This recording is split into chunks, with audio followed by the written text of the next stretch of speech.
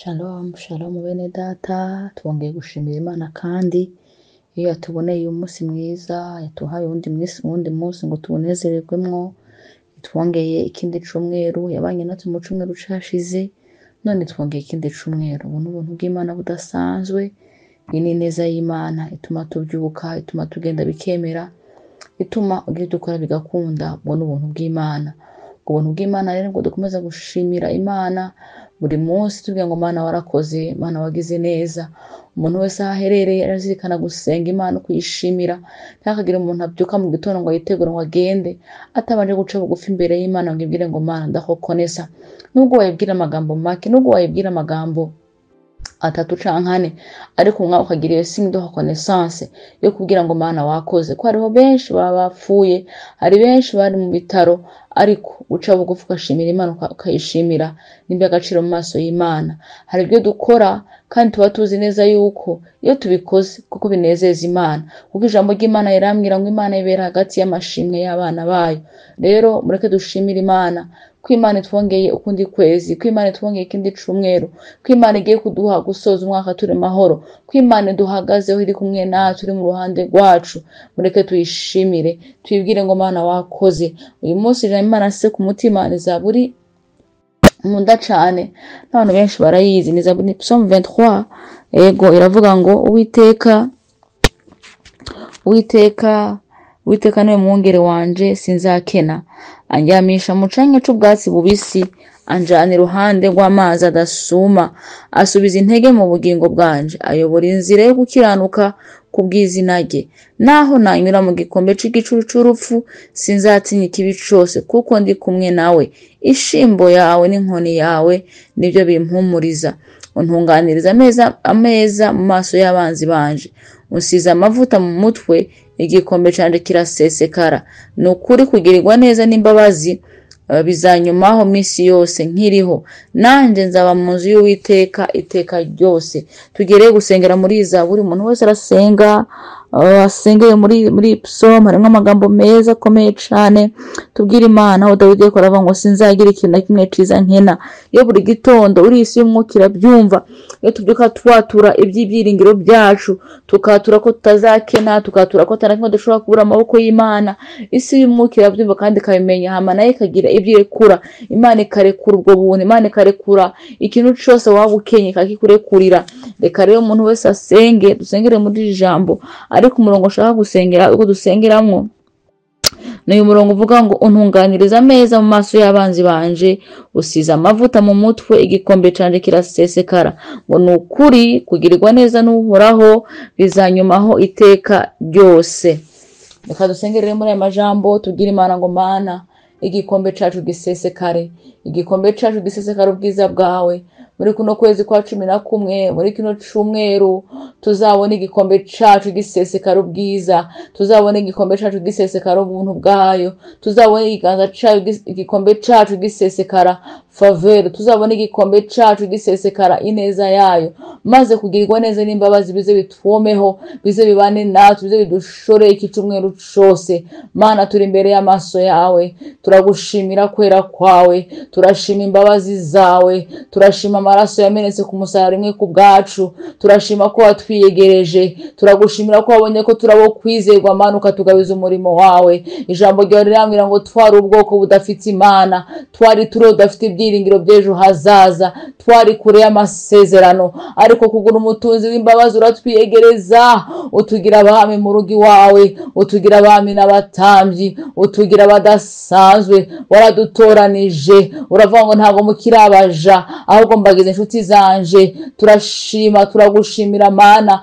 ko turi inshuti zawe, ko turi abana bawe, ko turi mu mugambi wawe, ko watwiyegereje, ko wadufashe ukuboko kandi uteze kuturekura, kuko umubyeyi adashobora kurekura umwana, niko natwe udufashe. Ijambo ryawe rirambwira neza ngo nimuze twihererana atari abantu, twaje kwihererana nawe, twaje kuvugana nawe kuri uyu munsi, twaje kugushimira ko wabanye natwe iki cumweru cose, ko wabanye natwe kuno kwezi kose, wabayeho kwizegwa, tu as été fidèle, wabayeho kwizegwa ku murimo, wabayeho kwizegwa ku buzima bwacu. None turagushimiye, turaguhaye icubahiro kubw'uyu munsi mwiza mwami wongeye kuturemera kugira ngo tuwishimiremwo, tuvuge mu imbabazi zawe, tuyivuge mu ineza yawe. Rero Mana yacu no munsi turavuze ngo muri Psalm duhaye 23 ubwo Dawidi yarebaga ibintu bitameze neza, Mana agatangira kwihanurira, maze aravuga ngo Uwiteka niwe mwungere wanje, sinzagicuza na kimwe nkena. Mana ntihakagire ikintu na kimwe dukenana nawe kino cumweru, ntihakagire ikintu na kimwe abana bagukenana, ntihagire ikintu na kimwe abana bagukenana. Buri muntu wese urugeza gukeneyemwo, buri muntu wese cyo kwifuzaho mwami umuha ico yifuza. Ijambo ryawe rirambwira neza, niko Paulo yavuze ngo rega ngo uzatumara ubukene bwacu bwose. Genda umara ubukene bw'abantu bawe muri kino cumweru, ugenda umara ubukene kuko ijambo ryawe ntabwo ribesha, kuko ijambo ryawe ni ukuri. Reka rero mwami wanje, oh haleluya, ntihagire ikintu na kimwe, ntihagire umuntu n'umwe agira ikintu agukenana. Niko tuje kandi imbere yawe tuvuga ngo Mana reka igikombe cacu gisesekare, reka igikombe cacu gisesekare, untegurira ameza ngo maso y'abanzi banje. Reka uyu muntu umwanzi ico yateguye ku buzima bwiwe, reka ibyo umwanzi yateguye ku bwoko bwawe bibe sans effet. Utegurira ameza mu maso y'abanzi bacu, babone icubahiro cawe kizamuka, babone neza yawe ikomeza kutugaragaraho, babone ubuntu bwawe ukomeza kubana natwe, babone neza yawe ikomeza kuba mu ruhande rwacu. Turaciye bugufi rero Mana yanje, igikombe cacu, igikombe c'ubwoko bwawe gisesekare, igikombe c'amahoro gisesekare, igikombe c'ibyishimo gisesekare. Ababuza amahoro ubasukira amahoro yawe maze asesekare, ababuza ibyishimo ababuze ibyishimo ugenda ubasukira ibyo byishimo bisesekare. Ababuze ikintu cyose, ababuze mwami wanje, oh haleluya, ababuze ibifadika ugende Mana wasesekazeho ubuntu bwawe. Ababuze ubuntu bwawe bubabashisha kugera mu yindi dimension, reka Mana ubusesekaze muri kuno kwezi. Turakeneye kubona ubuntu bwawe busesekara ku buzima bwacu. Ndakira ubwo buntu bwawe busesekare ku buzima bwanje, ndakira ubuntu bwawe busesekare ku buzima bw'umuntu wese. Reka umuntu wese abone ubuntu bwawe busesekara, reka umuntu wese abone ubuntu bwawe busesekara mu buryo buri financiere mwami, usesekaza ubuntu bwawe mu buryo bufadika mwami, usesekaza ubuntu bwawe. Mana turagushimiye, urugezo rwose umuntu akeneye mu kukubona mwami, abone ineza yawe irenze, abone ubuntu burenze butangaje butugereho mu izina rya Yesu Kristo.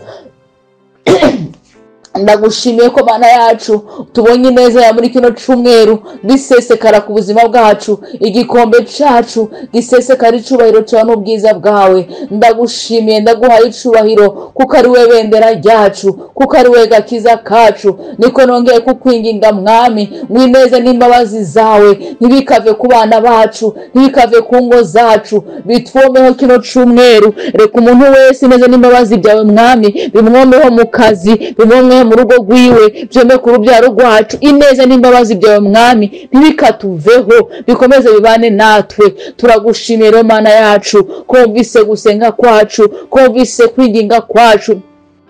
Niko ndakwereka mwami wanje, bagenda mu kazi bagendana ubuntu bwawe, bagendane favere yawe. Abagenda mu kazi mwami ubitangira imbere, babone ikiganza cawe ciza. Imbuto yose batera mwami wunguke, ico bakora cose mwami babone umusaruro, babone umusaruro mu izina rya Yesu Kristo. Ikintu umuntu wese agiye gukora mwami kuri uyu munsi kigire mwami wanje, babone umusaruro wacu, babone umugisha, babone umugisha wawe witangira imbere. Imigambi y'umwanzi turayiburijeho ku buzima bwabo mu izina rya Yesu Kristo. Abacuruza bunguke, abagenda kubyara bagende babyare neza, batahana abana bazima mu izina rya Yesu Kristo. Turanzi ikintu cyose, turamaganya imigambi y'umwanzi ku buzima bw'ubwoko bwawe, ku buzima bw'abana bawe. Ikintu cyose mwami berekezaho amaboko nk'uko ijambo ryawe tubwira ngo tuzagira umugisha. Ikintu cyose berekezaho amaboko mwami wanje, reka tuzagira umugisha wawe. Reka rero umuntu muntu wese mwami ahazerekeza amaboko yiwe mwami azabona umugisha wawe, azabona umugisha wawe mwami. Ndagushimiye papa wacu,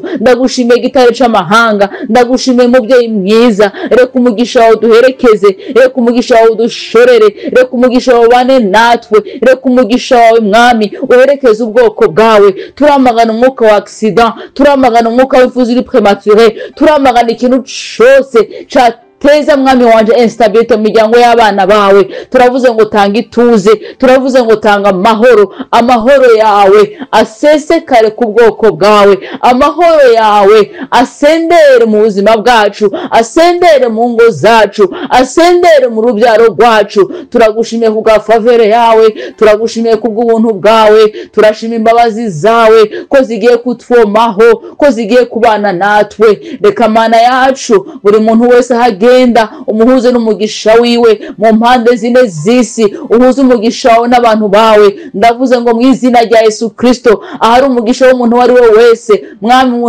ntawushakayo, buri muntu wese mwami wanje ntawushakayo. Umwuka wa distraction, umwuka wo kurangara turawamaganye mu izina rya Yesu Kristo. Twakiriye icubahiro cawe, twakiriye amahoro, twakiriye uburinzi, twakiriye protection, twakiriye ubudahangagwa, twakiriye umugisha wawe, twakiriye amagara meza, twakiriye uburinzi budasanzwe muri kino cyumweru. Buri muntu wese cyazakora kize kigende neza uyu munsi mwami wanje. Ibendera gishimwe, ibendera ry'insinzi, ibendera ry'ubuntu reka rizamuke mu miryango y'abana bawe, reka rizamuke mu miryango yacu uyu munsi. Umuntu wese ari bugire mwami cakora abone umugisha wawe. Ndakwereka abagwayi bari mu bitaro, ugende Imana bakize, ubakoreho. Ndagushimiye ko twumvishije kandi ngushimiye kubikoze. Ntabwo dusenga ngo dusarare, ariko tuzi neza ko watubwiye ngo nimwasenga muhuje umutima n'inama nanje nzuruka mbumvire, ngo nimwasenga